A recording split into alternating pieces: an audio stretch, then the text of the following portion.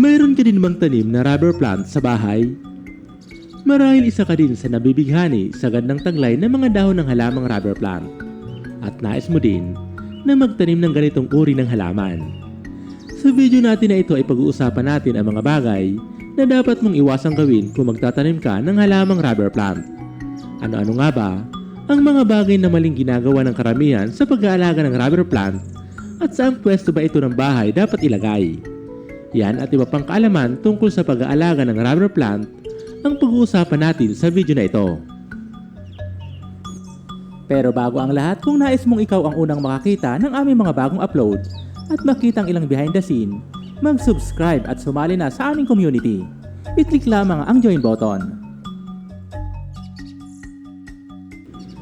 Ang rubber plant ay isang sikat na halaman sa bahay dahil sa malalapad at makintab nitong mga dahon. Pero minsan, kahit na anong gawin natin, nalalanta at namamatay ang ating mga halaman. Kaya naman, alamin natin ang mga bagay na dapat iwasan para tumagal ang buhay ng ating rubber plant. Narito ang mga dapat at di dapat gawin sa pag-aalaga ng rubber plant bilang indoor plant. Huwag itong didiligan ng madalas. Ang sobrang tubig ay maaaring magdulot ng pagkabulok ng mga ugat nito. Diligan lamang ito kapag tuyong-tuyo na ang ibabaw ng lupa. Ang mga halamang nasa loob ng bahay ay sensitive sa sobrang moist na lupa dahil dito namumuo ang fungus. Ang pag-iwas sa palagiang pagdidilig ay makakatulong upang hindi mabulok ang mga ugat nito. Imbis na diligan araw-araw, mainam na mag-spray sa mga dahon nito dahil gusto ng halaman na ito na moist ang kanilang dahon. Mainam din na ipandilig ang tubig ulan o hugas-bigas na tubig.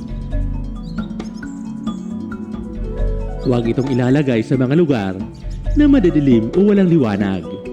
Ang kakulangan sa liwanag ay maaaring maging sanhi ng pagdidilaw at pagkalagas ng mga dahon ng halaman.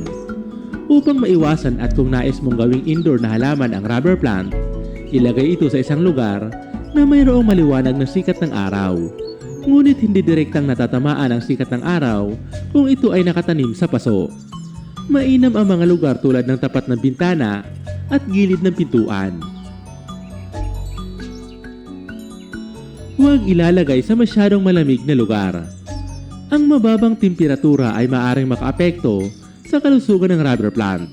Kaya naman kung gagawin itong indoor na halaman, iwasan itong ilagay sa mga lugar na may malamig na hangin, katulad ng aircon o air cooler.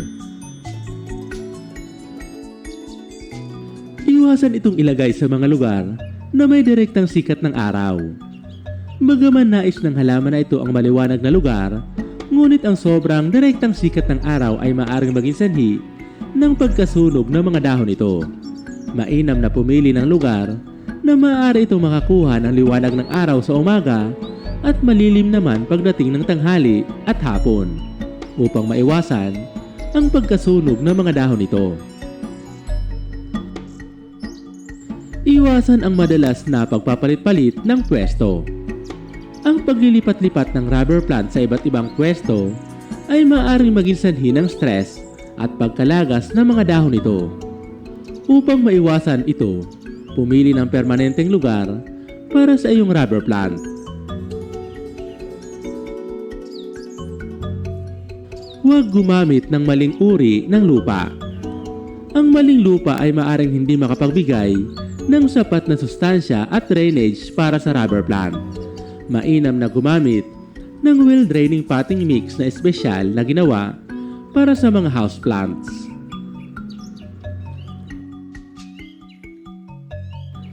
Hindi paglilinis ng dahon.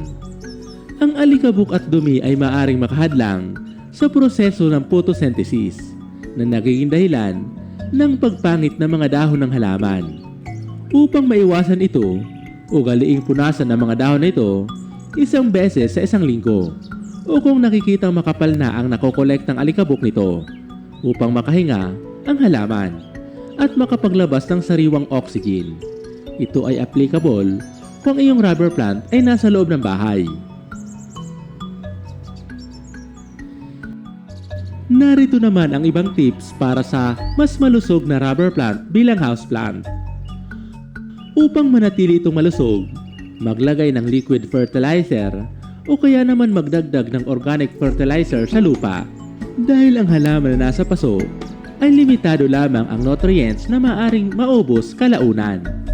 Maaring magdilig ng hugas bigas o maglagay ng animal manure. Iripat ito kung kinakailangan o kaya naman magdagdag ng lupa sa paso.